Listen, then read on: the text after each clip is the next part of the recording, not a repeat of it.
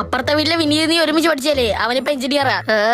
അപ്പുറത്തെ വീട്ടിലെ വിനീതിന്റെ അച്ഛൻ ഷാജി അച്ഛൻ ഒരുമിച്ച് പഠിച്ചല്ലേ, അയാളിപ്പോ DYSP-യാ.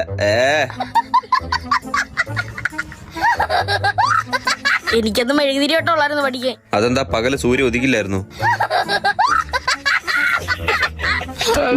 നിന്റെ പ്രായത്തിൽ എനിക്ക് മക്കള് 3. എന്നെ ഒന്ന് കെട്ടിച്ചു നോക്ക്. അച്ഛന്റെ പ്രായമാകുമ്പോ സ്വന്തമായിട്ട് നഴ്സറി തുടങ്ങാം. അതല്ല കഴിവ്, അന്തസ്സായിട്ട് പണിക്ക് പോണം. ഉപ്പുമുളകിലെ ബാലുവിനെ പോലെ ഫുൾ ടൈം വീട്ടിലിരിക്കുന്ന അച്ഛനാണ് ഈ പറയണത്. ചോദിക്കുമ്പോ പണം വേണ്ടി തരണില്ലേ? വെറുതെ ഒന്നും അല്ലല്ലോ, ഞാൻ അന്തസ്സായിട്ട് ഇരന്നിട്ടല്ലേ. 10ാം ക്ലാസ് വരെ കിടന്നു പുള്ളിയെ നാണോ ഇല്ലാത്തവനല്ലേടാ നീ. 10ാം ക്ലാസ്സിലെ ടീച്ചർ അടിക്കാൻ പിടിച്ചപ്പോഴത്തേക്ക് നിക്കറി തൂറി അച്ഛന്റെ അല്ലേ പോയി.